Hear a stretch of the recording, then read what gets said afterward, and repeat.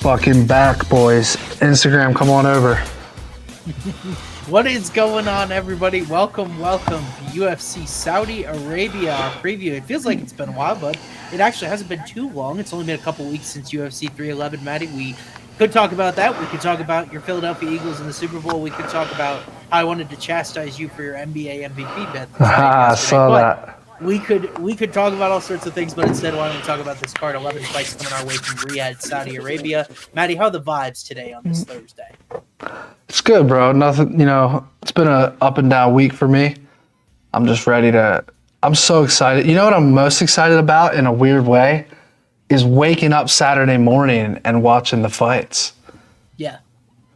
Like, that's just such a cool vibe. I'll never forget, bro, sweating women's MMA in Singapore at 5 a.m. on a Saturday, bro. That was 7-8 months ago, maybe? What was that one card where it was like 5 a.m.? The mic's too close. Hold on, boys. They're just saying you're loud, man. You're boisterous coming through here. I'm loud. I'm moving the mic back a little. Tell me if that's better, guys. It does sound. Is that better? Now I can't hear you. Talk again? I can't hear you now. Can chat hear you? Chat, can you hear Austin?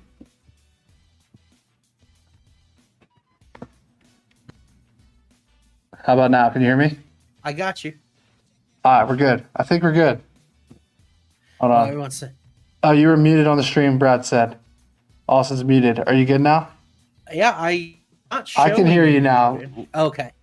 All right. Okay. I hope so. All right. All right, we're back. We're back. Okay, boys. we're back. We're ready to go. It wouldn't be. We had a little technical issues. I kind of had a feeling like we had some weird stuff going on. You got a big studio reveal and everything coming where we'll be all set up and ready to go for this guy. I can't wait, bro. Lots of good stuff.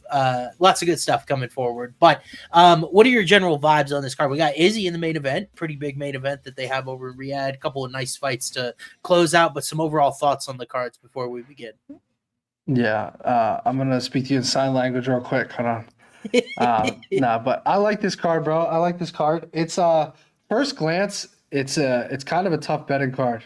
Like when I first looked at it, but you have to really spend some time on some footage. Watch your tape on this card, and then I think you have to kind of avoid the traps. I feel like there's a lot of traps on this card, so I'm sure we'll get into some of those. But I like the card overall. I think for a non-pay-per-view, it's solid as hell. Yeah, I could model 5 fights, so not like a whole lot of in-depth stuff, but I think a few of them are decent betting spots, and then there are kind of spots that you're like, I don't really know what to do with, which sounds like a good intro into the first fight up on the card here of 11. Hamdi Adrlwahab taking on Jamal Pogues at heavyweight. I mean, come on, what are we going to do with this fight to have some sort of lean? I was actually talking about it with your guy, Hey Jive, earlier this afternoon, I can have thoughts. I can have theories. Would I want my salary or my year's salary or my house tied to this fight? Absolutely not, Matty. But do you like one of these fat guys that has trouble making it to the end of the fight more than another? Yeah, and it's funny you say that because both guys to win by decision are like plus 160, plus 170-ish. Right. But I rewatched Handy's fight against was it Dontel Mays? Mm-hmm. It's just so hard to get a read on this guy. Like it really is. Like I rewatched a lot of footage on these guys today. My gut on this fight is telling me that Pogue's just going to stick that jab up out there, win like an ugly decision. But that's like plus 175, I think. So that's what I'm leaning towards. But, I mean, this is an ugly first fight. I don't even know that I'll touch it. And I hate not betting on the first fight of the card. Maybe with the fights being on the morning – maybe you can get an extra 20 minutes of sleep in the morning to all the fight fans out there that are putting their money on the fights. Maybe you just skip this one, bro. Maybe you just let it go and you get a cool extra sleep. There was a run there. We were doing subs in the first fight. Don't think we're doing a submission here. If we are, we would be getting rich if that shit hit. Yeah, but I kind of have a theory about this fight. In general, I don't like Jamal Pogues. I think he's a blown up 205er that has been fighting at heavyweight and really, he's inched by, like you said, sticking the jab out there. The one thing I feel good about is his defensive wrestling, which makes this matchup somewhat compelling, right? Where Adrlwahab, I think, needs to get takedowns. He landed 3 or 4 in that Mays fight. Pogues 77% takedown defense is how he beat Thomas Petersen, who we'll see later on this card. So I feel I'm surprised this line has moved toward Adrlwahab, but like you, I lean the exact same thing where I think he defends enough takedowns, sticks the jab out there, but here's the problem. Can we trust the judges in Saudi Arabia to give an American in Jamal Pogues the nod over Andy Adrlwahab if these rounds are ugly and close? And like, that's my hesitancy why I haven't bet it, even though I have that theory, is that I feel like Adrlwahab by robbery is very, very live here. Yeah. That's a good comment in the chat. And guys, whether you're on YouTube, Twitter, Kick, Facebook, I don't know where we're streaming right now, but put your comments in the chat. We'll try to feature you guys and address some of them. But this is a good one. 90% of the bets are on Hamdi. Vegas clean house with Jamal. It does kind of feel that way. Yeah, it really is. I'm always hesitant to buy those money splits because there's no regulation about them actually being accurate, so they could even use those to influence action as well. But I buy that people are betting Adrlwahab, not just because the line has moved, but also because he is the guy from Egypt in Saudi Arabia. It makes sense that there'd be a little bit of implicit bias here. Yeah, I agree so, with you. We'll move forward. I can't imagine. I like Pogues' decision. I might. Who do you think is the better cardio? Who do you get the better cardio to? You know what's so tough?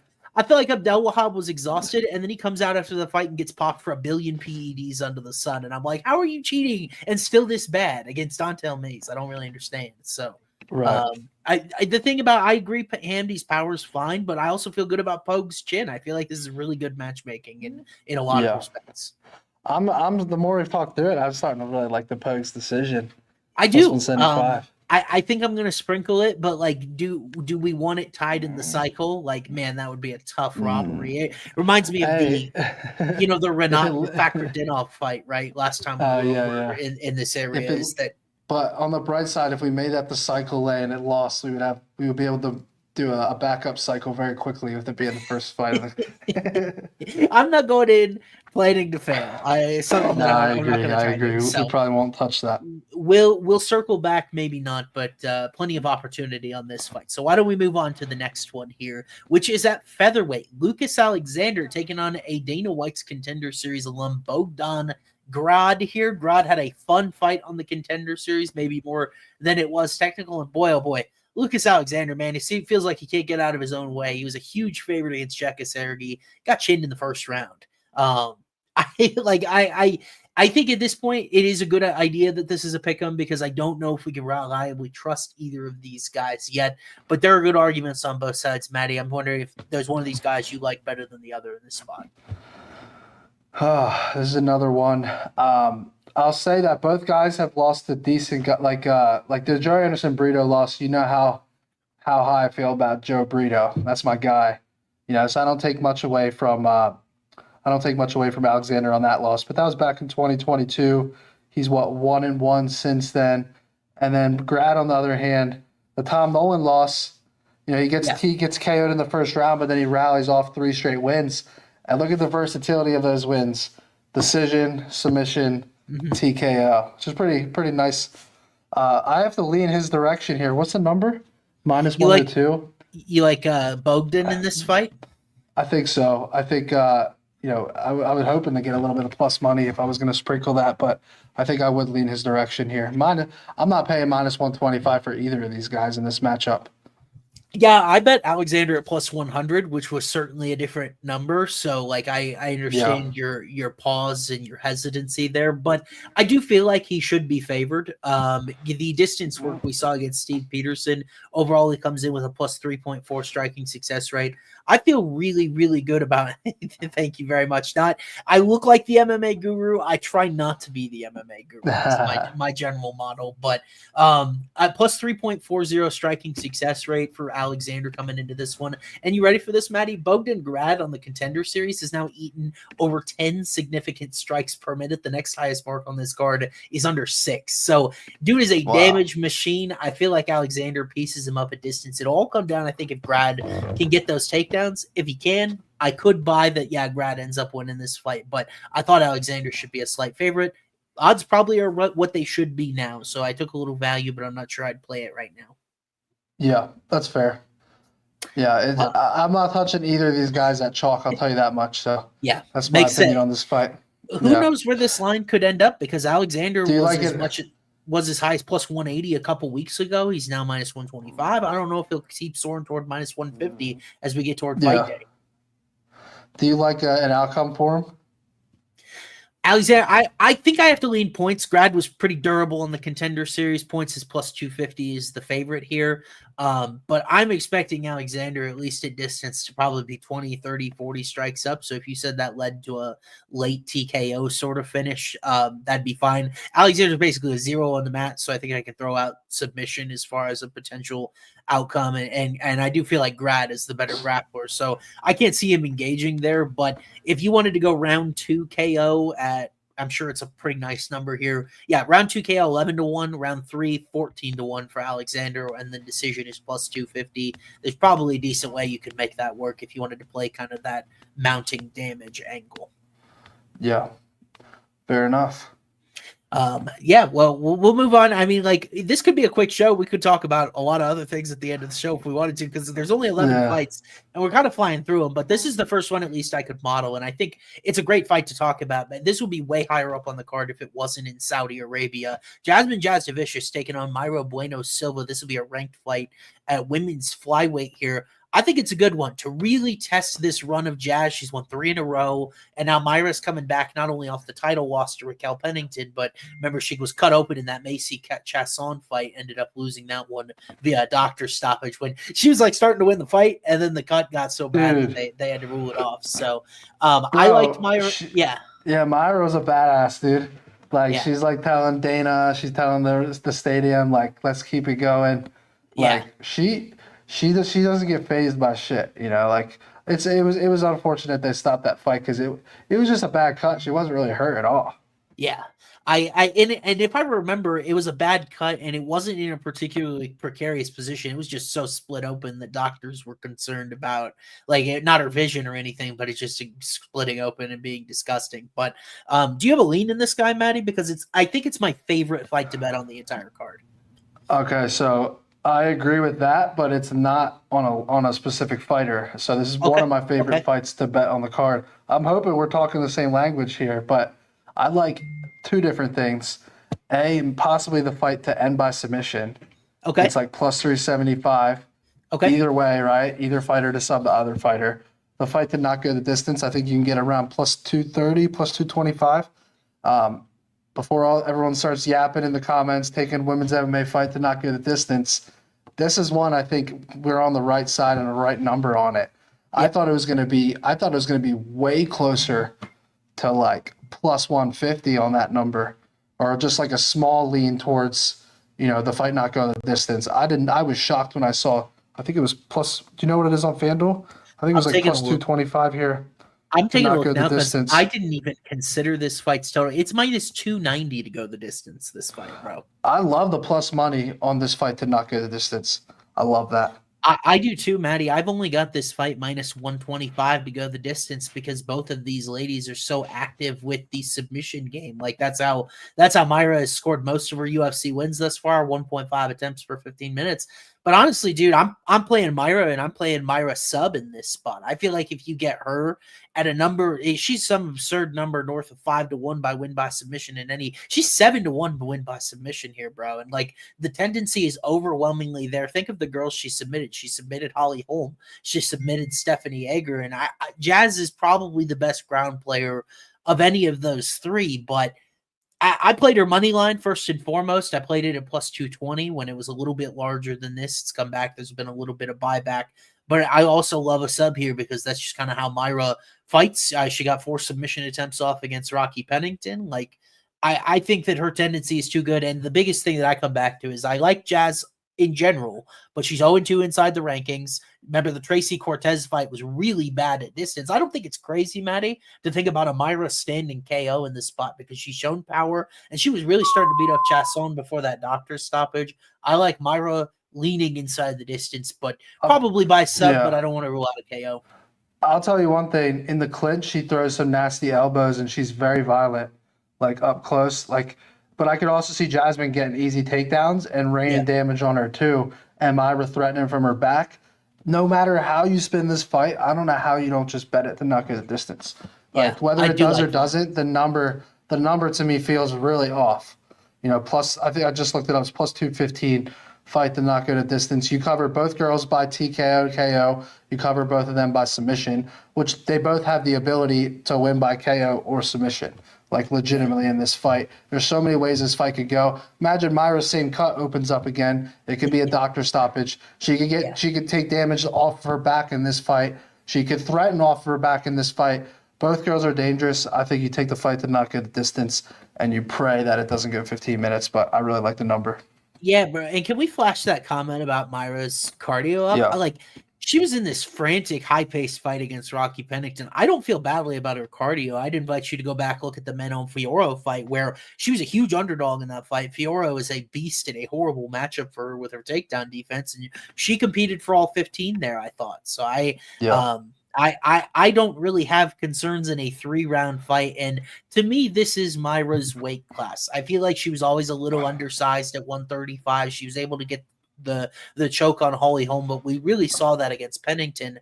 Jasudavicus to me, she's maybe in a sell high spot here because she gets Ariane Lipski in her last fight. What does Lipski always struggle with? Takedown defense, physicality. She faced Fatima Klein 2 fights ago. Klein, she looked great in the first card of the year, but she's a straw weight. She's not a flyweight. So I feel like the weight actually works in Myra's favor here, and I really do like her to win. Yeah. Yeah, bro. I try to get there on both sides, and I keep coming back to violence, Yeah. But I generally like betting on Myra. I think she's a savage. Like, I think she would have overcame and won that fight, her last fight, if it wasn't for the doctor stoppage. Like, she was making a comeback in that fight, definitely. So I totally agree. It is tough. It definitely is tough. I also think Jasmine's a lot better than she was in that Tracy Cortez fight. And that was only a year and a half, not even. Yeah, I don't know if I'm willing to go there. 3 times since. You don't think she's better than because she fights Priscilla Cachoeira. There's defensive liability. Punch she fights bag, a strawweight, and then Lipski who struggles with takedowns. Myra is a little bit of a punch bag on the feet too. She don't move her head much. She does get tagged a lot on the feet. She's just so tough, bro. She's so tough. It's a good point. Like by volume, everything comes back to violence to me. Everything comes back to violence. It really does. I agree with you. Model approved, by the way. So, maybe I'm trying to think like there really is no safe parlay angle to a potential violence spot there. Like we're either taking plus 200 or we're not. But that's model approved, and I totally agree. I think the goes the distance there is way out of control. So at least we found something we really agree on as we head into the next fight up on the card here, which violence is almost a certainty when Terrence McKinney's involved. It feels like his average fight time is like 2.5 minutes or something absolutely ludicrous. But that's T-Rex, bro, and it didn't go his way in his last fight against Esteban Ribovic. So now UFC, I think, is trying to give him a little bit of a soft landing spot here against Damir Hadzovic. McKinney now a minus 520 favorite. We kind of know the double-edged sword he is at this point. And Hadzovic, I'll talk a little bit about some of his recent fight tendencies, but what's your general impression of this fight? I know McKinney can be a very difficult guy to lay money with, but it feels like the UFC kind of handed him one here. I do think this is a layup for McKinney. I think an incoming round 1 submission is the move here. I think there's just such a gap in grappling and takedown defense, and I think McKinney can come in there and get a takedown. Like this dude, he just has to win at this point. Like he has to win and progress his career, and the easiest path to do that is take this guy to the ground. Moicano subbed this dude back in 2020. He's been finished he's been finished twice in the UFC so far, but a lot of the guys that he's fought that haven't finished him just aren't the highest level. I think McKinney's going to steamroll him.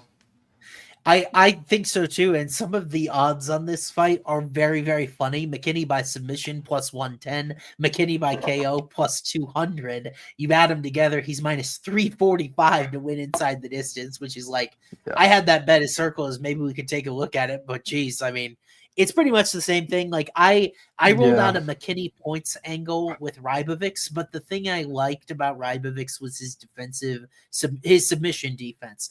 I don't know if Hadzovic has that. Like you said, not only has he struggled with takedowns, but like Moicano subbed him, and really McKinney has shown that he is very capable of getting a guy's back. I think he's got an arm triangle in there as well. Yeah. I think there are a lot of ways that he could win this fight quickly. And why I love a sub here over KO, Matty, even though my model, I think, is telling me KO, and I've really struggled which of those I prefer, is when McKinney gets in trouble or he gets on a losing skid, he always kind of goes back to the guy with his wrestling. That's what he did against Fares Ziam. That's what he did against Nazim Siddiqov, even though it didn't go his way. I think he's not going to mess around on the feet here with Hadzovic, and I think he's going to take him down and try to get him out of there quick. Yeah, I don't see why he would. I'm assuming it's a 1.5 line, and what's that number? Yeah. Under 1.5 minus 235. Yeah. I mean, you could just play McKinney round 1, 2 if you wanted to. Yeah. So I mean, McKinney round 1 is minus 135. Is it that high now? So McKinney round 1 or 2 is minus 260, bro. It's insanely juiced. Hold on. I think I have a number here in Florida I might take a look at. I don't know though. Yeah. We'll see. I didn't even know Hadzovic was still on the roster because he struggled so badly lately. I think he pulled out of his last fight too. Like, yeah. I mean, I think I may just have to play McKinney minus 135. It feels like, and then you can sprinkle round 2 plus 450 to get your stake back if you'd like. But man, that's the way to do it. Odds makers are saying he's going to roll him, and whether it be so round 1 sub in this fight. I want to look at sub versus KO if you just isolate it down to it's that got to first be round. Small plus money, right? So plus 195, plus 330 for a first round knockout. That's not bad. Plus 195. Dude, I'll take the plus 195 sub all day in this spot. I agree with you. He's gonna go right to it. Yeah. You just have to sweat the elbows on the ground. Like that's the thing. Mm-hmm. You have to sweat the ground and pound if you take that. So if you guys want the conservative play, you go McKinney round 1. If you want the low plus money play, you go McKinney round 1 sub. That's the way I look at it. I think I'm looking at McKinney 1-2 at minus 260. That feels like a safe parlay leg to me. And by the way, 3 in a row with the safe parlay. We hit it again at UFC 311, bro. If you're not tailing, the safe parlay was in a struggle. We were getting kind of long and reckless with it. But if you're not, and Matty has been helping me craft it. Yeah, you have been helping me craft it. We had that surgical read with a violence, non-violence 2-legger a couple weeks ago. I think we're dialed in. We're dialed in with the safe parlay. I'm in on that as leg 1. Yeah, I think we're in a good spot there. We'll keep that rolling. So why don't we move on to the next fight since we're pretty much in agreement it'll be McKinney early. Here's another fat heavyweight fight, man. Shamil Gaziev taking on Thomas Petersen. I love this matchmaking. To me, the UFC knows exactly what they're doing with both of these guys. Gaziev coming off a win last time the UFC was in Saudi Arabia over Dontel Mays. He got a couple takedowns, was able to win by decision. And Thomas Petersen also getting off the schneid for his first UFC win his last time out. He was battling a guy in Mo Usman that Matty and I think not awful, so a convincing win over him is not too shabby for Petersen to get his first victory. I love this betting spot. I think it's a little to make common sense work out, but what do you think about this fight? No, you tell me, bro. I'm interested to hear what you have to say here. I think you got to go Petersen or pass, dude. To me, Gaziev's cardio is like the most notable red flag cardio that is going in UFC right now. I mean, the guy ran out of gas against Jorginho. He was out of gas against Dontel Mays and just laid on top of him that entire last round. I think Petersen's a guy that can actually push a decently high pace. His striking efficiency is better than Gaziev's, and Gaziev beat up Martin Buday in his UFC debut. It was very impressive. That's got him that main event spot. I really am still not overly impressed with his skill set. I don't think he's got a lot of, and I don't think his takedowns are very good. And the thing is, Petersen has defended every takedown he's faced thus far against a guy like Mo Usman, who's big and strong. Jamal Pogues has a wrestling base. I think Petersen might be the better wrestler here at plus 270s and a better cardio. So I think you gotta take him if you're betting this fight to me. Am I hearing a Petersen round 3 sprinkle here? I think round 3 sprinkle could be very, very well worth it. It'll be interesting to see what odds makers think about this total, because if I had to guess, the distance is probably favored. Let's see. Oh no, see, fight to not go the distance is minus 190. That's Petersen round 3 is like a massive number. Hold on. What is? I just looked at one book. I'm looking at another now. Petersen to win in round 3. Plus 2,400. I've seen it between 20 and 30 to 1, depending on the book. Petersen to win in round 3. Wow, dude. I mean, like, even round 2, 18 to 1. Like, if Gaziev's cardio gives out, like, trying to take this guy down over and over again, that's crazy to me. Are people betting Gaziev round 2, 3? Like, the guy is, if you're gonna bet Gaziev in this spot, you might as well bet him round 1. But what's he gonna do? Is he gonna submit it? Is he gonna take him down and submit him? Like, you could even play Petersen inside the distance in general, and that is plus 550. Like, what do you think about a Petersen read here? Do you think that it's a fair read, or my concern is robbery here with a guy named Gaziev in Saudi Arabia? That's my concern here. Yeah, no, I agree. And I hate the Pogues decision, or the loss. But let me take a look at this. I want to look at this guy's fights before the UFC too. And I was thinking about this last night, dude. I think if you liked Jamal Pogues in the first fight, it's almost like a parlay that you don't feel too badly about Petersen's loss to him because of the wrestling defense stuff. If you think Pogues is a total fraud, you should probably think about Gaziev here. It's almost like a 2-fight parlay in a way, I think. Right. Can we put up that comment second to last? After this fight in general? It's a good one. Yeah. It's a good thought. You're probably going to be very disappointed betting on this fight, but I can't help but look at that Gaziev fight against Rozenstruik. I watched the whole thing back. Dude was out of gas in 7 minutes. He was done after the third round, man. Yeah. Interesting. All right. Well, we'll have to come back to that one. Yeah. Would you even think about like Petersen KO for a potential cycle leg or something like that? Because I don't think he can sub Gaziev. Now he does have a little bit cardio fails him. You just never know. That's he had true. like a key lock or something. The contender series hit a sub, but other than that, he doesn't have the tendency. Yeah, we shouldn't touch this in the cycle. Good thinking, Matty. No, yeah, definitely not. Yeah, round 3 to me just feels interesting for both sides, as crazy as that sounds. Yeah, Petersen's lost in round 3 too before. He lost in who did he lose to in round 3? Waldo Cortez Acosta. That was back in the LFA. Fight to end round 3 plus 700. Doesn't matter who wins. Yeah. It could be that kind of sloppy fight where you just hope it gets to round 3 and then anything happens. I kind of like the round 2, 3 idea from you, because if it goes to the cards, then I don't have to worry about, like, I might just play Petersen round 2, 3, because if it goes to the cards, my fear is Gaziev just gets a sloppy decision no matter how it looks. It won't get much worse than that Fakhretdinov one, so, like, I can't imagine what it needs to look like for Petersen to win by decision here.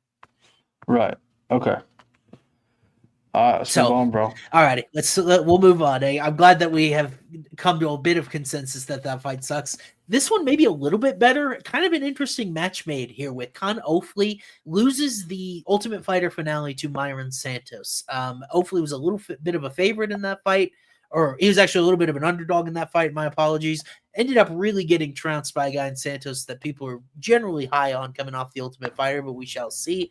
Taking on my least favorite fighter of the second half of 2024, that is Muhammad Naimov. I really liked him on short notice against a guy named Felipe Lima that ended up to be pretty darn good. But Naimov did not lose many fans and odds makers. He's minus 350 here. So Naimov, what can you say about him? He did have that debut win over Jamie Malarkey. He had the win over Eric Silva on the injury. Man, it's just a weird career. So What do you think about him when he's such a high chalk option? I'm blown away. He's minus 350. I really am. He hadn't really beat anybody, right? And then the Felipe Lima fight, he gets choked out. I think there's a chance he could get a little bit out grappled here. Interesting. I just don't see how he's a minus 350 favorite. Like, I just think that number is unbelievable. Yeah.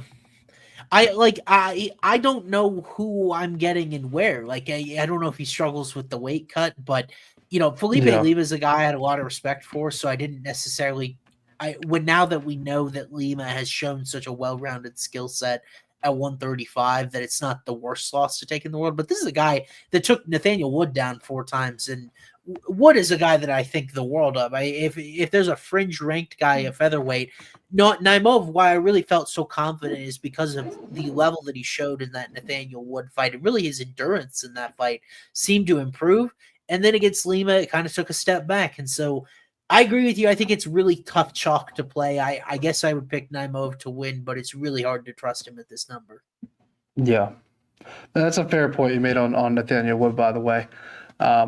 Naimov never been subbed, then Lima goes out and sub him, and then he's facing a guy that has, I think, 5 submissions, obviously not in the UFC. Yeah. But what is that number out of curiosity here? Naimov by sub? No, the other way around.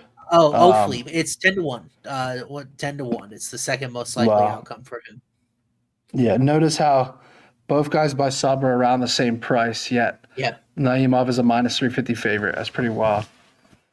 Yeah, I think you're just concerned about – I'm concerned about Ofli's striking offense in this one. He only landed about 1.8 significant strikes per minute on Santos, and Santos looked really long and impressive at distance in that fight. But Naimov is a guy that brings big time power if he's having his way, but also negative striking efficiency. So like, I don't know how that pans out. It's interesting that you think Ofli has a grappling advantage.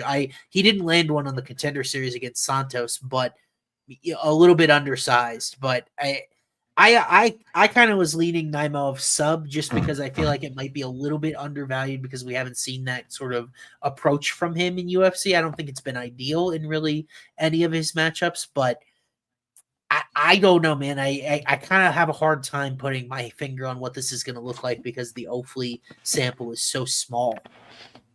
Yeah, that's fair, bro. I just don't have a lot to do with it, which I'd love. It's a main card fight, but no strong conviction right now. I agree with you. Yeah. Alrighty. Let's move forward and see if we can find him. It's not a bad angle. Both guys by sub might be a little bit undervalued, and that's by We'll see, man. Naimov out wrestled Nathaniel Wood. I think he's a tough guy, especially at 145, where he's so low and his center of gravity is so low to out wrestle, and Naimov was able to out wrestle him. So it'll be interesting when they lock the cage how those guys fare. And then I also think the judges in that fight would favor Muhammad. But why don't we move forward to this one, Matty? Because I think this is like the first circle your card really good fight on this card. Mike Davis taking on Fares Ziam. These guys are a couple of dark horses at lightweight. Now, Davis has been a dark horse for years because he's barely been in there. I think he's fought like twice in the last 3 years or something like that. And Fares Ziam is a guy that's actually been pretty active, picked up a couple wins in 2024, the most impressive of which, that highlight knockout of Matt Frivola in his last fight. So odds are pretty close here. Davis minus 154 with Ziam coming back plus 120. What do you think about this fight, Matty? I'll tell you one thing. I could see the Ziam side here like a week ago, but this number has closed. It's gotten so tight, and I kind of am starting to buy into the Mike Davis hype here. Like This goes to what you're saying, like fading the steam, like it seems like a lot of money came in on the dog here in this fight. Yeah. And I think in a straight striking match, like I think Ziam is, I would take Ziam in a kickboxing match, obviously in this fight, no question. But we see what Mike Davis goes out and does his last fight. He goes right to the grappling. And I know Frivola didn't have much luck with that, but do you feel like Mike Davis will be able to have more success than Frivola did as far as getting takedowns in this fight and do it? He's also more of a submission guy with Mike Davis if he is able to get the takedowns. And I think he'll be a guy that can put the striking together to then transition into the takedowns a little bit better. So I kind of like Mike Davis at this price. I think he's down to like minus 130 now, minus 140 I've seen. So as that number gets closer to even money, I start to really lean heavily on the Mike Davis side. I feel like, Ziam looked really good in his last fight, and he has some good wins against like solid strikers. Who's the one win? The Jai Herbert win was good, but then look at the Claudio Puelles fight. Like that was not impressive. That was a split decision win. That was literally 2 fights ago. And then he did get subbed out by Terrence McKinney, back in 2022. So Yeah. I think he looked the best he's ever looked in his last fight, and I feel like if you bet on him now, you're really paying a premium to get him based off of his actual resume versus just what he did in his last performance. It is a great question, and I think you nailed the breakdown of how do you feel about this versus Frivola, and that's kind of how I ended up on Ziam here, is that I felt better about Matt Frivola's wrestling and what we've seen him do to guys like Jalen Turner before, whereas Mike Davis, I go back and I've been buying Davis. I bet him every single time he's been in the octagon, right, since pretty much that loss to, it was either Yusuf or Gilbert Burns. I forgot who he fought second, but it was one of those two guys. I've been buying him this whole time. I am now looking at this competition level, and he's beating the guys like Natan Levy and Thomas Gifford and Mason Jones, and they're not really making very much noise. And it's like, and by the way, he enters this fight with a negative striking success rate. Some of his striking defense efficiency metrics are a little concerning, and Ziam seems to be a guy that is getting harder to take down by the fight. And he's only 27. He's in this improvement window where maybe I'm a little bit more willing to buy with him versus a guy who's like 30 that 2 fights ago had takedown issues. So how do I feel about Davis versus Frivola versus, how about throw Claudio Puelles in there getting takedowns? I feel like Davis is the most powerful of those 3 guys. And I feel like he is probably the best athlete of those 3 guys. But I also don't know if I can trust what I've seen translating to this level. So, by the way, I've got this fight modeled. It's basically a coin flip, 50.4% for Davis. So, I show value on ZM at plus 120, but it's nothing crazy. And then 58.2% likely to go the distance. Right. So I think if this fight goes the distance, I've got ZM winning a decision about 12% more of the time than Davis. If it finishes inside the distance, I think you got to feel good backing Davis, but I like ZM by points here, I think. Yeah. No, I mean, you make a great argument. Like, Davis's competition has not been strong. Like, since he lost to Gilbert in 2019, I mean, look at the guys that he's facing. The one win I don't like is the Slavaclaus win. Yeah. Like, I would have liked to see him finish him. Yes. Right? Like, because I think if you can't finish Slavaclaus, you can't get that guy to the ground and put him away. Can you get Ziam to the ground and put him away? So I'm glad we talked through this because, honestly, you make some valid points here. I think Mike Davis has really improved and is feeling good and has gotten better and is finally healthy. So that part of it makes me lean towards Davis. But I feel like, from a value perspective, Ziam a week ago, I mean, he was, what was he, plus 170? Yeah, it was something crazy. It was something way maybe higher than that. So I don't know. I'm with you. Do you think this fight could go in the distance? Could be a decent play depending on the number? Let's see. Yeah, let's see what it is. It's a good question. I definitely think Davis can win a decision here. So this fight is the most likely outcome, by the way. Yeah. I've got this fight. I'm actually showing value on violence. I've got it minus 140 to go the distance. It's minus 192 on FanDuel. So a little bit different. Yeah, that's tough. But still a decent sized favorite. But I think if it finishes inside the distance, Davis is probably the guy who does it. You mentioned the submission tendency, but also 0.74% knockdown rate. Right. Quoting Brian Battle there, you think Davis is going to lose to a French dude? Matt Frivola did, dude. These are both guys I wanted to buy in general, so it's kind of a difficult fight for me to want to really go hard at one guy or another. But I agree. There's if you like Davis, arguments for both sides here. If you like Davis, I'd wait. Maybe you could get minus 130 or something by fight day on Davis if you really like him. Yeah. 100%. Because it's been just shrinking and shrinking. 100%. It's a tough one, bro. There's a few of these fights on this card where it's just like I said, first glance on this card, there's a lot of tough. It's a tough betting card, I think, honestly. Yeah. How about I spoon feed you another here in this next fight up at 135? Said Nurmagomedov taking on Vinicius Oliveira. We'll see if it's a tough betting spot. But Said Nurmagomedov, more of the veteran of these two. We've seen him face the Jonathan Martinez's of the world. He's grabbed not one but two necks in the first round. It was Cody Stamen, and he also got gosh, I can't remember who he got that way. It was Gafarov, the guy we saw face Nakamura a couple weeks ago. And then Vinicius Oliveira, big underdog to Ricky Simone. I thought Simone was going to be able to take him down. Oliveira's athleticism and his creativity, he was really kind of one of the stars of that card. He's so big in this division. I was at that fight in person. Yeah. And I could not believe the size difference, like live watching him in the cage. It was massive. Well, I mean, he's got some fans here. Plus 135 against Said is not a big line. So what do you think about him as a dog in this spot? It's kind of stayed right around this mark all week. Yeah. I mean, look, Said has made me so much money, bro. You know, I've made so much money on this guy by submission. I don't think I could fade him. I will tell you one thing. Oliveira's like Vinicius impressed me lately. That Ricky Simone fight was impressive. But that Bernardo fight was not impressive to me.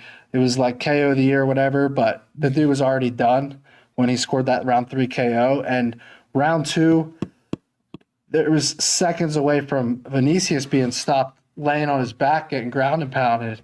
There was seconds away from him getting stopped in round 2. I just think this could be Said's fight in round 1, 2 here.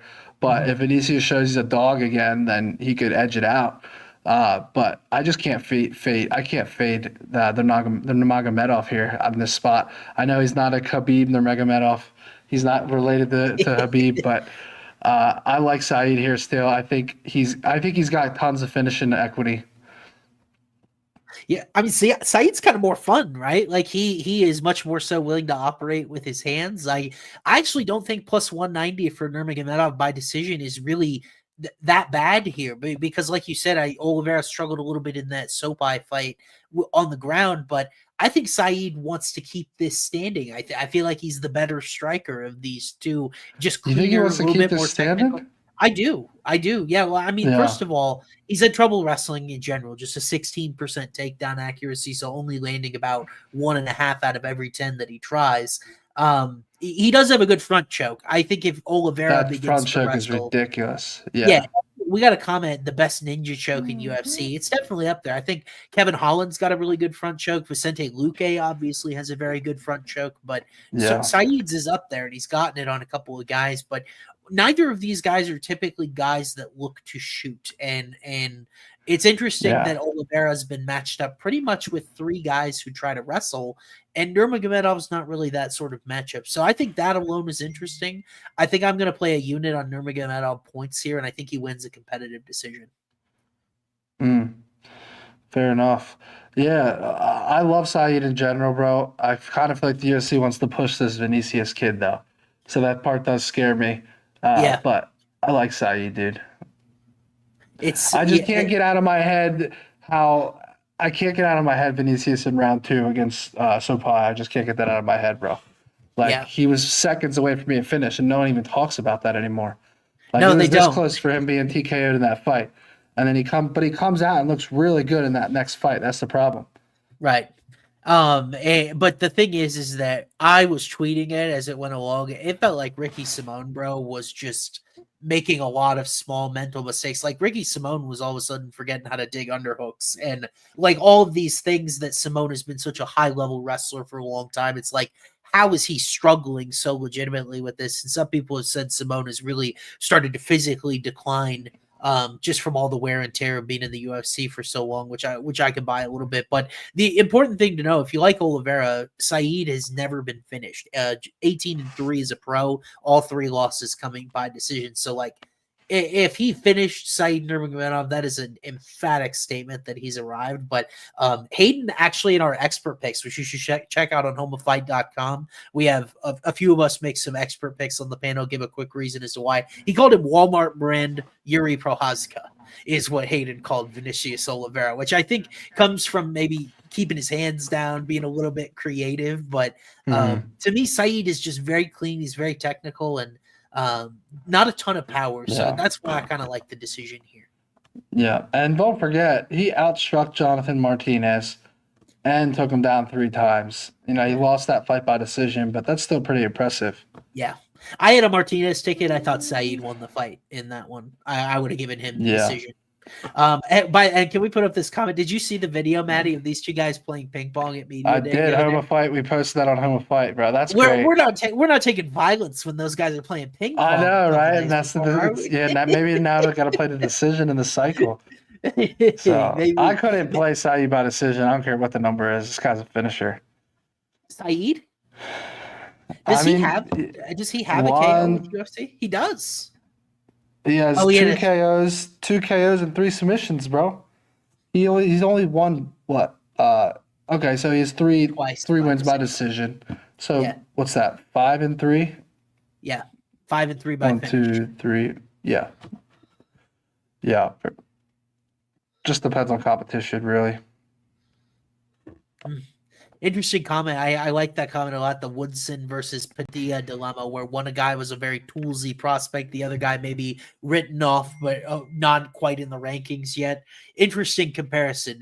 We'll see if the striking defense is as bad early in this fight. Yeah. But I love it when you guys as fans give us like that thought that you've had like all week about this, because we're doing this very quickly. I love perspective like that. If you guys give us takes like that, because it's just an interesting analogy to make trends that we can sort of develop to bet these fights together. But why don't we move on, Matty? Because we spent a bit of time on this one, and I wanted to get to this one next because I cannot wait for this fight.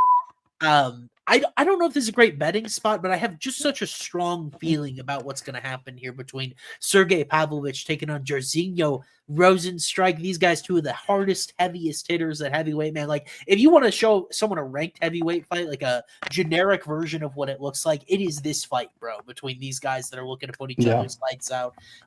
Sergey, a pretty darn heavy favorite. He's minus 320 with Rozenstruik coming back at plus 240.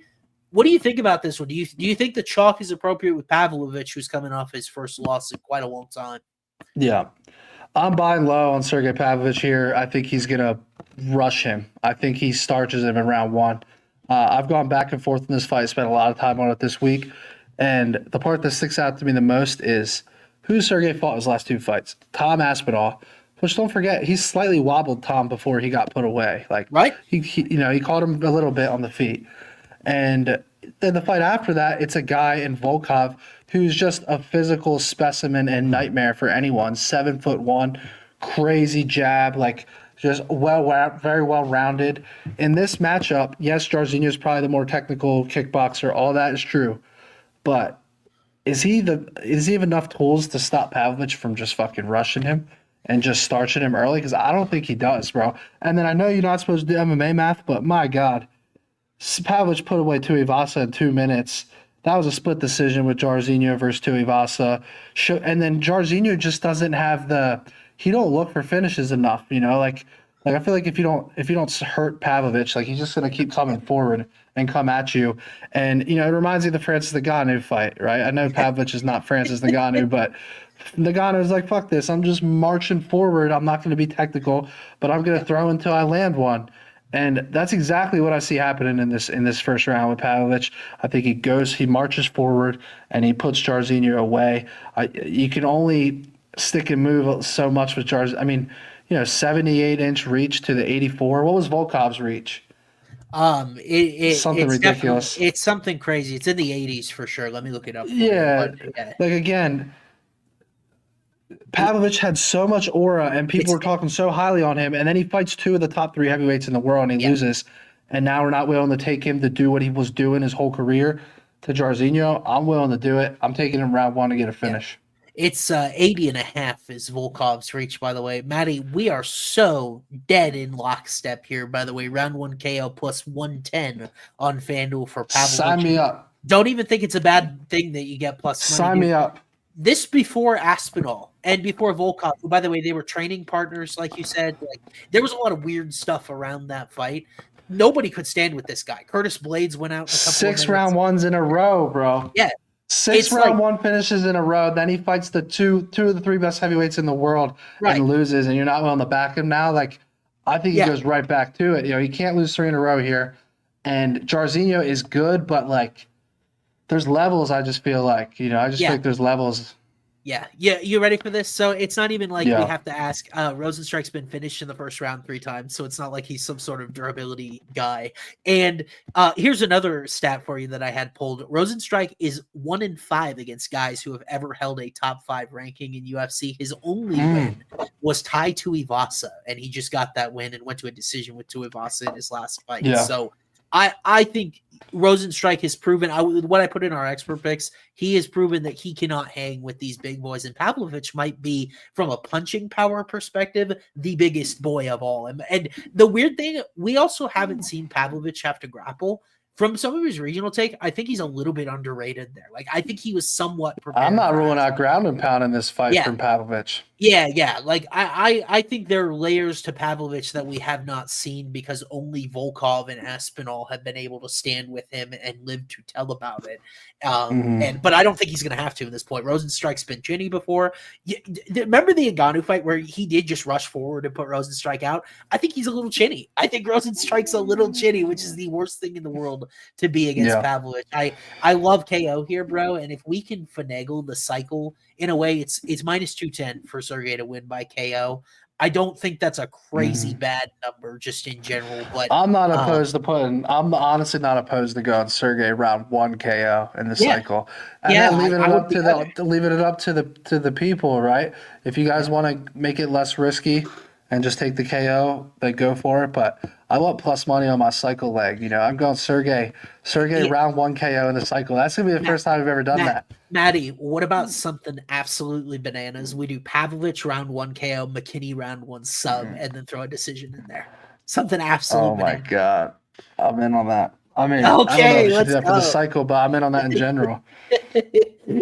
We'll come back to that as well. But I'm so glad we're in agreement because, I mean, the number's not great, but I still think it's less than it would be if we didn't see that Volkov fight in Sergey's last fight. Like, I think some people think this guy's human now. He is not human. He ripped apart Curtis Blades. He made Tuivasa and Derek Lewis look like they could not hang in those fights. This guy's unbelievable. Yeah.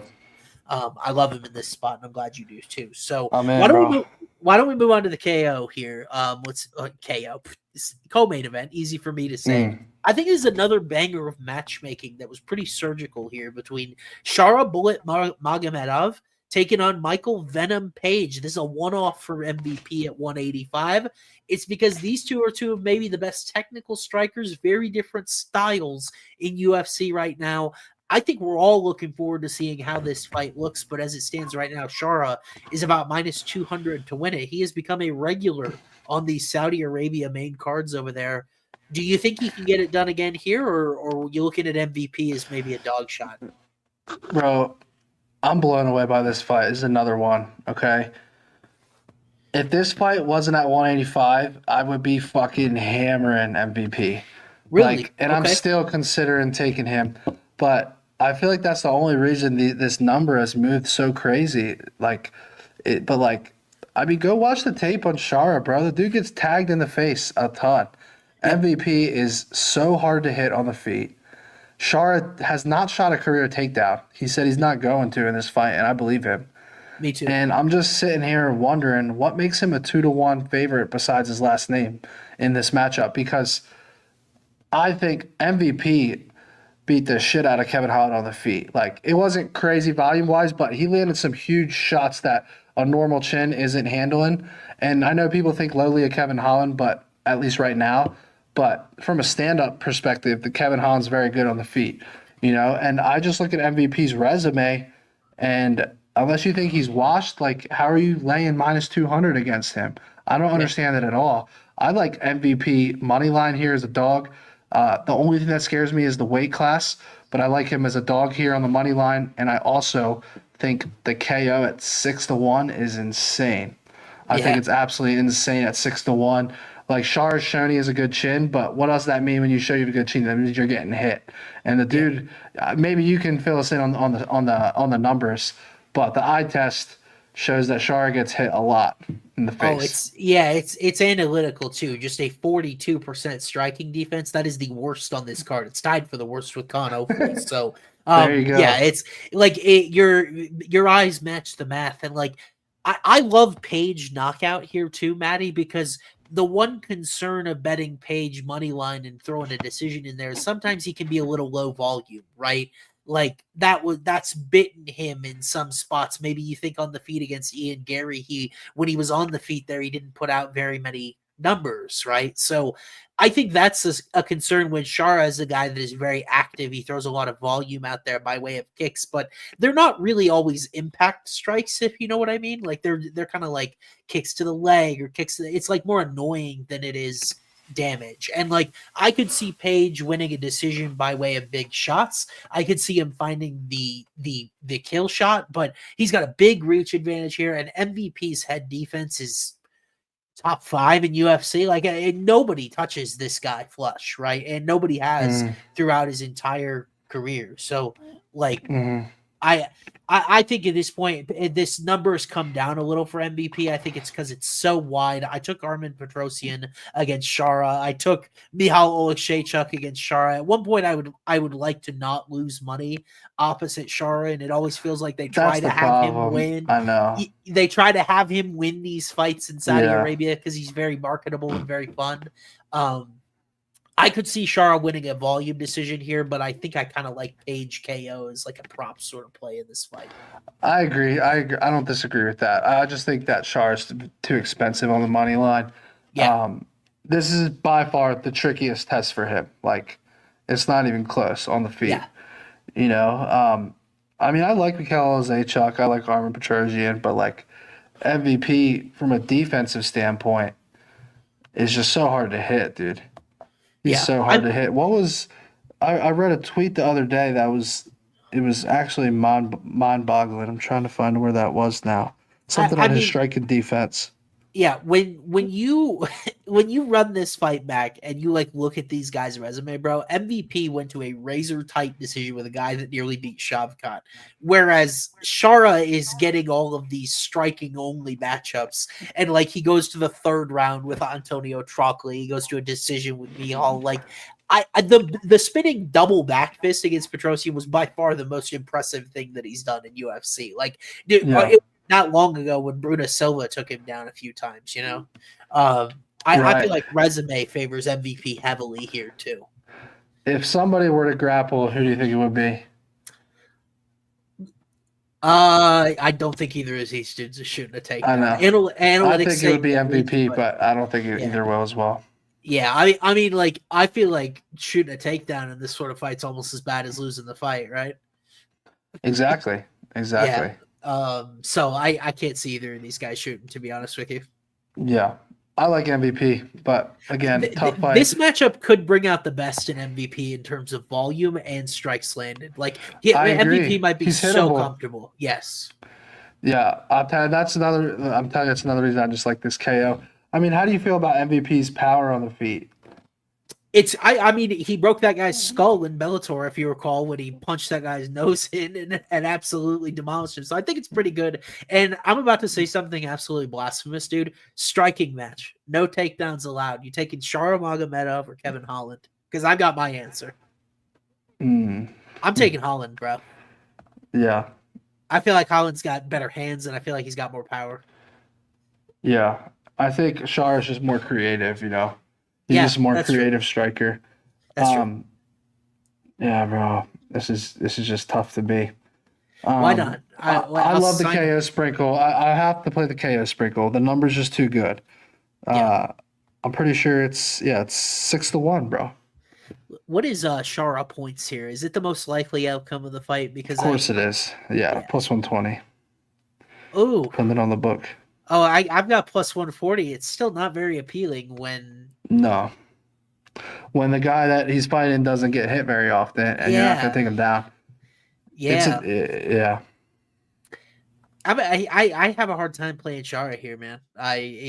Plus 140 is just not. And MVP's only been TKO'd once as well, so you pretty much get rid of Shara's KO upside, and it's like I don't know. By the way, how about this distance striking differential? Armin Petrosyan outstruck Magomedov by 12 strikes. I like Petrosyan. He's no MVP on the feet. Right. I agree. And I'm going MVP by knockout. I like MVP here too. I'll probably end up playing him as well. So That would we'll be keep sick that in the cycle. It pays a shitload, but I don't know if we Well, can get there on it. we will we'll talk about it here, but let's talk about the main event. Let's go. I thought we were going to play our cutscene. Yeah. That's okay. That's okay. Boys are sleeping. We put him to sleep with our MVP discourse. It's okay. How about this? Yeah. The first time in a long time we've not seen Israel Adesanya on a pay-per-view. It's because he's no longer the champ. He ends up losing to Dricus du Plessis. Rematch, 4th round submission. Matty, you cashed a shitload on that fight, so congratulations again on that win last year. And now this is another unique test against a guy that has kind of been hovering around this 185 top 2, Nasruddin Imavov. And now he's coming off a win over Brendan Allen. Also got Jared Cannonier out of there in Louisville last year. So Imavov's resume building. Is Izzy Adesanya the biggest gem that he will collect yet? Or do you think Izzy gets back on the horse here? Bro, do you know how much money I've made on Israel Adesanya fights? I'm going to read off his We've been last... very good on them. I'm going to read off some of his recent fights. Israel Adesanya versus Dricus du Plessis. I literally cashed on the round 4 submission. I cashed on DDP money line. I made like $25K on that fight. Israel Adesanya versus Sean Strickland. Me and you came on this show. You explained analytically how great of a dog Sean Strickland was. I fucking backed it big time. I got Strickland plus 500 against Izzy. My video went so viral because everyone in the world was clowning it. And then Strickland nearly finishes Izzy in the first round and then wins a decision. Then let's go to Adesanya versus Poatan 2. This is the one fight I've lost money on Izzy on, and I'm still convinced to this day that Poatan by TKO was the right side in that play. Poatan was chewing his leg up, beating him up, pat him up against the cage, and just got countered. He got a little bit overconfident and got countered, and Izzy put him to sleep. So that's 2-1 on Izzy fights. Then the fight before that, I had Poatan round 4-5 KO against Izzy. He hits the round 5, 30-1. And then the fight before that, Izzy by decision against Cannonier. So I've cleaned up on Izzy fights, is what I'm getting at, except that I put the rematch against Poatan. I spent all day watching Imavov tape footage. And let me tell you my honest thoughts, because you go back all the way to that Sean Strickland fight. That was back in – this guy's pretty active. Like, you got to give him credit. Very active. You know, he fought Strickland back January 2023. Then he fought in June. So nothing crazy, but basically 2 fights that year. And then 3 fights in 2024, right? You go back and watch that Strickland fight. He had never had a pace put on him like that in his life. He was huffing and puffing. Go look at the footage after he finishes round 1 against Sean Strickland. He's on his back foot the whole fight. I don't think people realize how exhausting it is to have Sean Strickland in your face for every minute of the fight. So he was completely gassed that fight. But it was good 5-round experience for him, right? I believe that was his first 5-rounder in the UFC. Then he fights Roman Dolidze. Looks like a completely different guy against Dolidze. Almost finishes Dolidze in round 1. Cannonier, it was an early stoppage. I think we all know it. I was pissed in the moment, but Imavov had the best of him late in that fight. And, I think it would have been a TKO if it didn't get stopped early. I think it still would have led to a TKO. And then I liked his fight against Brendan Allen. He got taken down in the first 10, 15 seconds of that fight, stayed safe, and then won the next 2 rounds. The problem is none of these fights really prepare him for Adesanya. Like none of these styles. Who is he fighting that fights anywhere remotely close to Izzy? Like Izzy. I mean, Cannonier is a striking only fighter, but he's a very different striker than Izzy is. So Cannonier grappled in that fight, and he's just he's more of a forward pressure guy, a little bit more so than Izzy. I don't know. I feel like this fight might be underwhelming. I feel like both guys, might not, pressure forward much. Some sit on the back feet a little bit. With everything there said, I like Adesanya by decision, bro. Okay. I really do. I think he can win this fight by decision. I just so much footage on Imavov. He looks so sketchy in some of these later rounds, in some of these fights. But again, the Cannonier fight, he looks really good. So that's the tough part. The Brendan Allen fight, you can't take anything from that fight. Sure. He was on his back the whole first round. And then the second and third round, Allen was just shooting these telegraph takedowns where Imavov was just defending and then beating him up. And like, you can't take anything from that fight and say that's why you should or shouldn't bet on him against Izzy. And that's the problem, is I just don't feel like I have. It's just a tough. I feel like it's just a tough fight.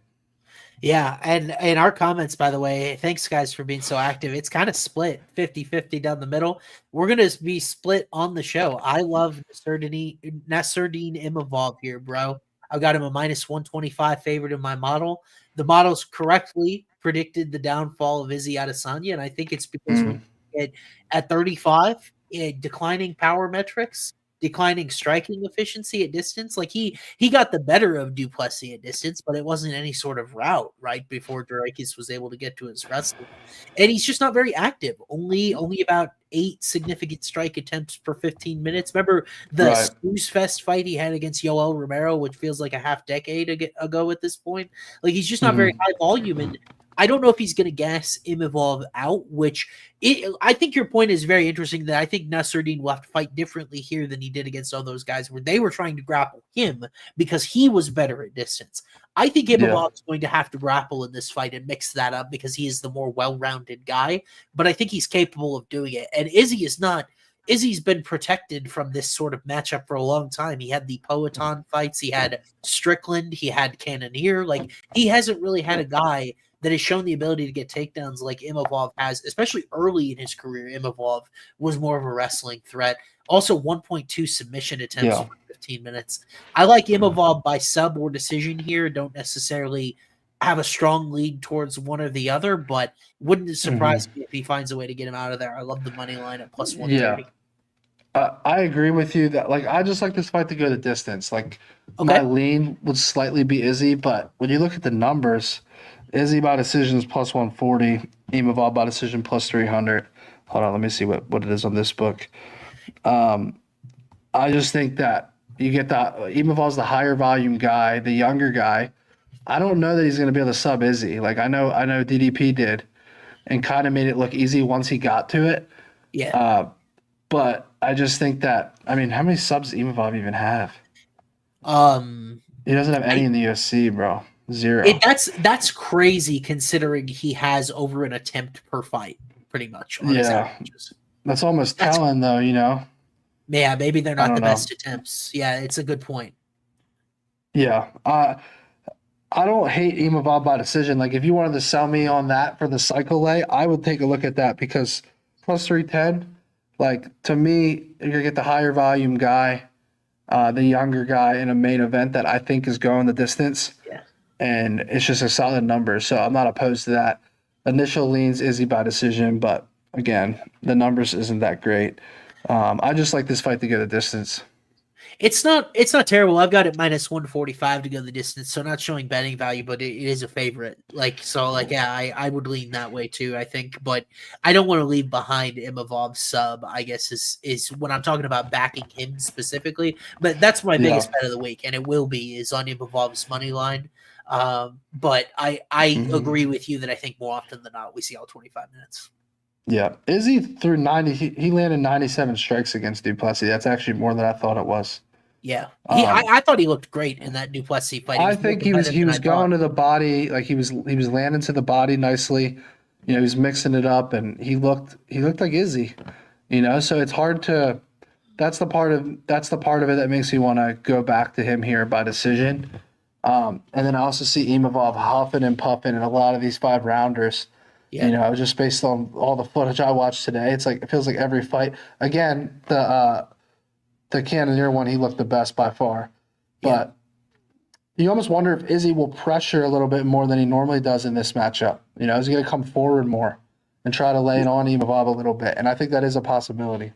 Yeah, I mean, I think his own gas tank would be a bit of an interesting conundrum. The weirdest thing to me when modeling this fight. Would you have guessed Imavov is higher volume than Izzy? It was just a weird. Yeah. I would not have. You would have guessed that?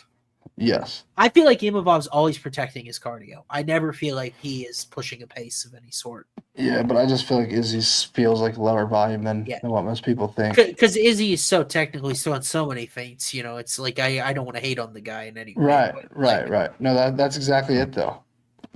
Yeah, Mm. so it's I think you get the younger guy more well-rounded. It's a good number as it sits right now, but like I've also been opposite Izzy this entire time. Like the entire time. I sprinkled Cannoneer back in the day.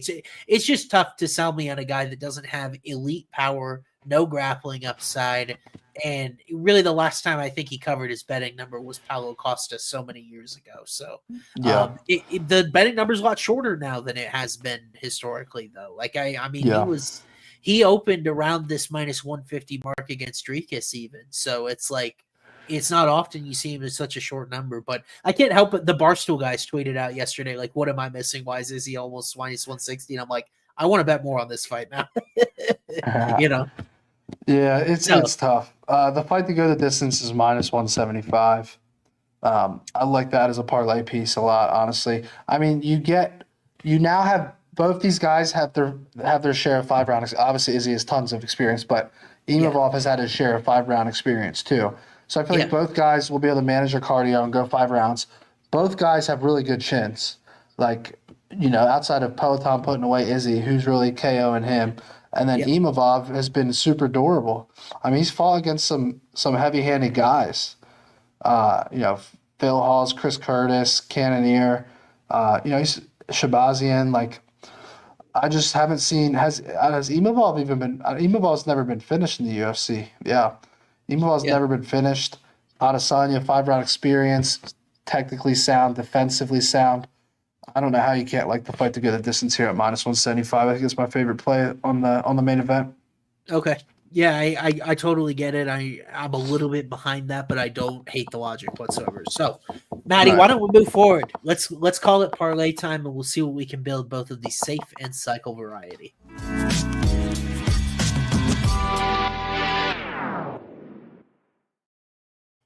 The guys were awake for that one. They're like, I'm hitting this one right away. Yeah. But we love the guys who work behind the scenes on this show, doing such hard work for us all week to get us ready. So, safe parlay first, Matty, and then we'll marinate on the cycles. For sure. Yeah. Okay. Yeah. So, give us the first leg that we were definitely in on. So the first leg that I had jotted down from earlier that I really liked was McKinney 1-2, which was taking a look at it. McKinney 1-2 was minus 260. Done. Yeah, I agree. What do you think about? I'm down to go Pavlovich 1-2 as well. I was about to ask you about Pavlovich 1-2. Yeah. And call it a day, depending on what that number is. It's probably even money between both those legs. It is plus 115 right on the dot, man, for 4 in a row. Done. I really like that. I like McKinney Pavlovich 1-2. It's nice to remember if you're driving around, listen to this. So I'll send this over to Mike again, or I'll put it in chat as well. Our safe parlay, Terrence. And McKinney, out of curiosity, what's the difference if we just go inside the distance on both? That's a great question. I am just playing the fight time angle there, but you're right. It is a safe parlay. I understand. Yeah. No, I'm just curious if it's going to be minus something, obviously. Yeah. Let's take a look. So Pavlovich inside the distance is minus 240. I don't hate getting the submission in there. Like, by the way, last time the safe parlay was saved because I took Bogdan Gusko inside the distance instead of knockout, bro. Remember he was beating up Billy Elakena in the last card. Gusko KO was a bad beat for so many. We took inside the distance in the safe parlay, and absolutely, I'm so glad I did, bro. That was a weird fight, but it's minus 120 if I just go inside the distance for both of them.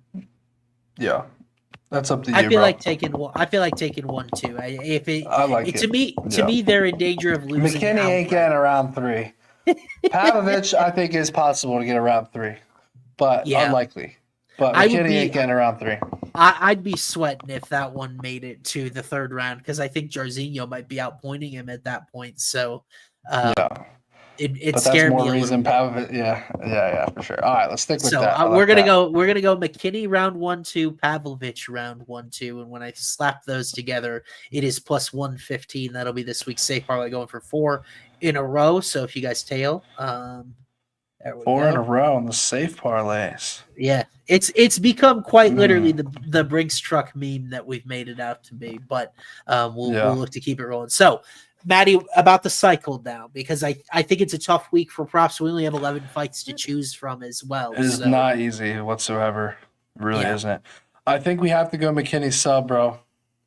okay, Either that or we go.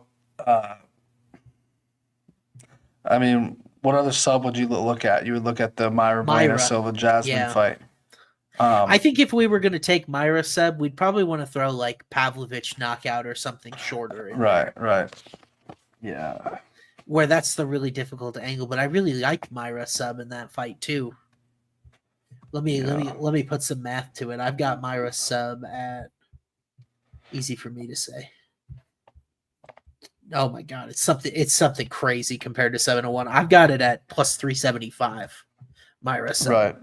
No, it's a good number for sure. It's just a matter of if you want to put it in the cycle layer or not. Yep. Um, Let's talk about some other like if you're not opposed, like I don't have a specific lead on McKinney method is why I'm asking. Like I'd be willing to hop on there with you. Whenever we see a sub like shorter than plus 150, it's really telling, right? We usually don't see some. That was Chase Cooper when it was like minus 135 or whatever it is. And when you see one that short, it is usually very telling. yeah. Yeah. What did you think about MVP KO in that spot then? If it was longer, that would be electric, dude. I like MVP KO, bro.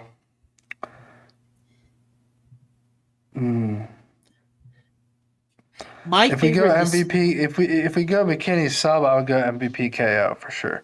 If we go McKinney sub, I can't go Pavlovich KO because it's too short. no, Let's do I this. wouldn't Let's that. do. I'm gonna go MVP KO, bro. If the people don't like it, they don't gotta tail it. But I'm gonna trust that dude. Still got it at 37. He's got power on the feet.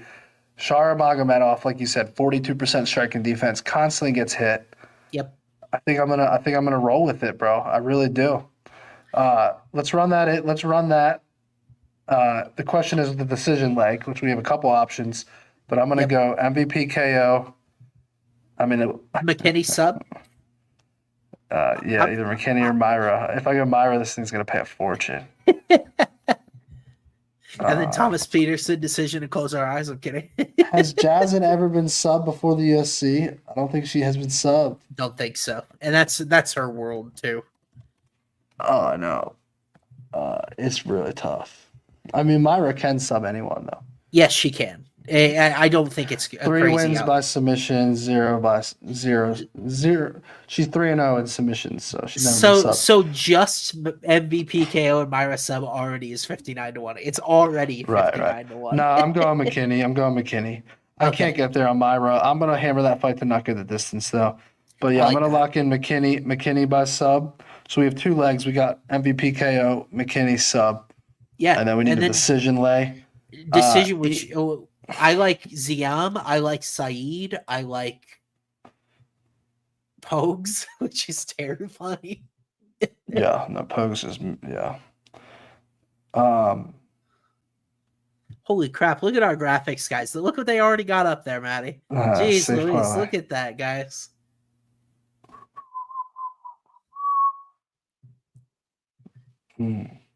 I think I gotta go Imavov. Imavov decision. I think I might have to do it with you, bro. I'll tell you this: if you go Imavov decision, I will tail because I'm pretty sure that's most likely what I've got. I've got Imavov decision. Oh my god, this is that, bro. I think this could smack, bro. I've got Imavov decision plus 245. What is it on FanDuel? It's plus 310. Yeah, I knew I'd show value there. Yeah. There's too many questions to me in that Ziam Davis fight, and it's just like, I do like that fight to go the distance, so I don't hate either guy by decision, but I feel like from a value standpoint, I get 3-1 on Imavov and a fight that I'm pretty sure is going the distance, and he's going to be slightly higher volume and has the grappling upside for some control time. Yeah. I'm starting to really sell myself on this, I will go there because I show value on his sub and decision, but I'll just play sub decision if you want to go there because I'm good with it. Yeah, I'm taking a look here. Izzy's not this easy guy to sub just because Drakus got him. I think I've seen some Imavov sub love, but he's not. Izzy has been and you got to think after that he worked on it. I mean, he had to have worked on it since that fight. Absolutely. All right, let's take a look at what this is.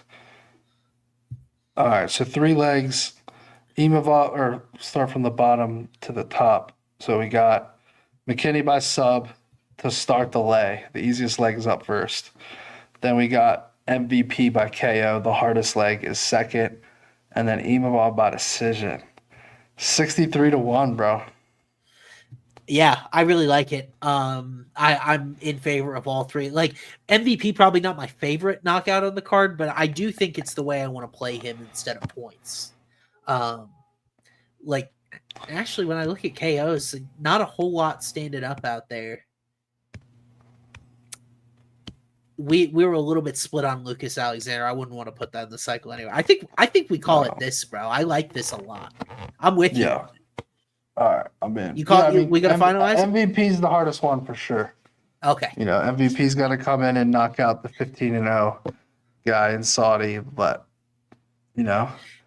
True or false? Matty's just looking to sleep in on Saturday and made the main and co-main event 2 of the legs. And shit. McKinney sub will be free money.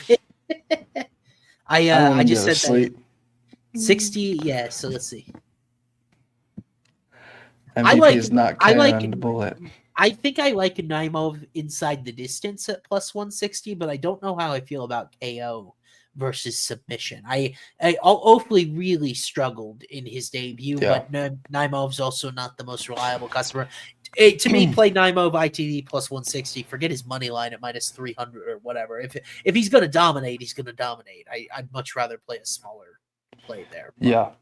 I'm just answering in chat while we get our cycle parlay popped up. So I'll put this in chat here. The safe parlay as well.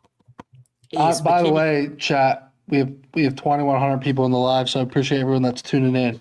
Wow. I'm not official on this cycle A yet. I need to sleep on it and look at more tape, and it's going to be out on social media tomorrow. But as of right now, we're looking at MVP by KO, McKinney sub, Imavov by decision. And it's 63-1, depending on the book. No Russian losing in Saudi. If that's the case, bro, then just parlay all of them, if that's what you think. The tentative cycle parlay is McKinney sub, Page knockout, and Imavov decision. I'm gonna look at that. I'm gonna look at that Naimov one. Look, here's the thing, guys. I'm playing MVP KO as a sprinkle regardless. So maybe it won't be in the cycle, but I just play it on my card. But I'm going to take a look at that Naimov one. You guys in the chat maybe we'll save the cycle A, depending on what I do. Okay, so I've got the tentative cycle parlay in there as well. So that's about 63-1 right now, but we've got some finalizing to do. And of course, Matty, you will have a video explaining everything why on social media. They can find you on X at Instagram. They can find you on TikTok. They can find you all sorts of places at MattyBetss with 2 S's. I'm at Swaim3 on X or TikTok, so ASWAIM3 if you want to follow me there. My betting guide for UFC Saudi Arabia coming out on FanDuel Research as well. Thank you guys so much for the interactive chat. We had a great session tonight. I'm pretty sure we'll be back next week. We'll have some UFC in the fold as well. I'm double checking real quick. Yes, sir. Yep. UFC 312 next week. That's Duplessis, Strickland. So we'll stay right here at middleweight talking about some of the guys we have been. So that'll be a fun show too. Thank you guys so much for joining us. We appreciate you being here. Until next time, hope all of your bets cash. Hope you all do well. And make sure to give us a like or drop a follow or follow Home of Fight or do all those things that we love. Thanks so much, guys. Now we got a long shot parlay. You pick one long shot, I pick one, and we put it in a parlay. Method of victory. Don't we both span sub 7-1? Yeah, we do. What about McGee sub at 8-1? The thing is, bro, is you print money just taking Tim Means to lose by submission. It really is crazy. That's plus 7,100 right there, those two together.